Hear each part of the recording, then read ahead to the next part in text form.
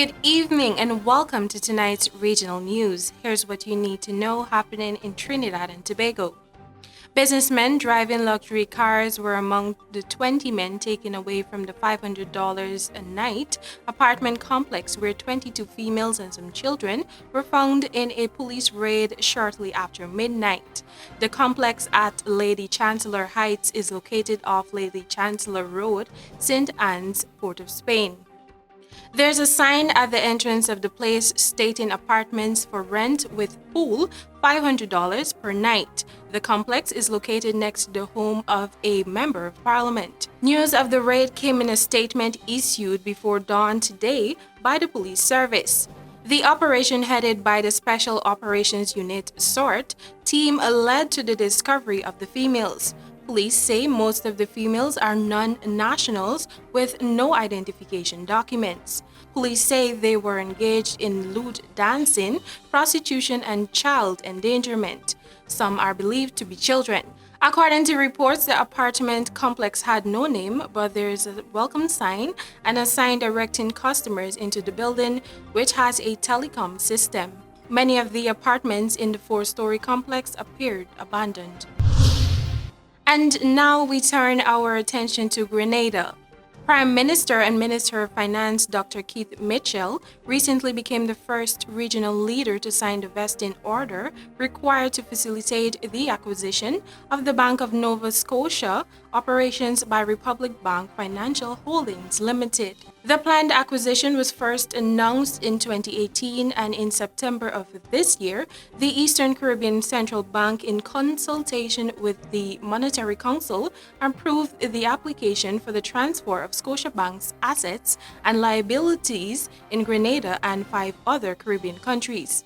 Dr. Mitchell said that after sitting at the table of the Monetary Council and having to comfort all of the issues that faced the country with regard to the sale of Scotiabank, he did his best to counsel others to approach this with an understanding of the importance of finance to the region and the implications it has on the regional banking system.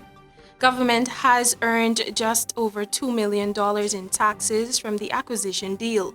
More importantly, Dr. Mitchell said protecting the rights of workers was a key consideration in giving final approval to the acquisition, and he spoke of consultation with the Technical and Allied Workers Union in ensuring fair treatment of Scotiabank's employees.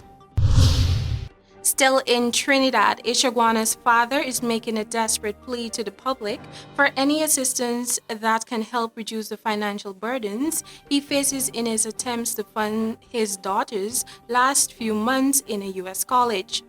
Paul Tobit shared that his 23-year-old daughter, Anella Tobit, is currently enrolled at the John J. College of Criminal Justice in New York, pursuing a degree in fraud investigation and financial forensics. The father says his daughter maintains a grade point average of 3.58.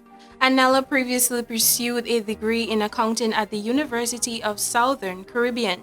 Due to her performance in the program, she was able to transfer her credits to the John J. College, which has granted her the ability to complete her current course of studies in just under 2 years as opposed to 4 years.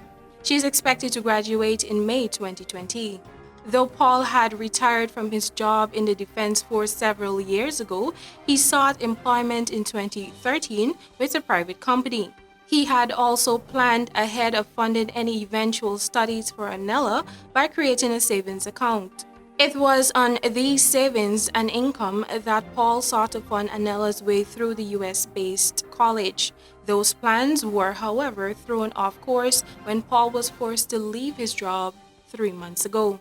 Describing the cost of Anella's studies, Paul said it costs roughly 120,000 Trinidadian dollars per semester. In a tight financial situation, Paul says the pressures of funding his daughter's studies have become overwhelming. The family is now aiming to raise US $20,000. This will help with the remaining tuition and accommodation fees for Anella's last few months of studies. Well, that has brought us to the end of tonight's regional news. Thank you for watching.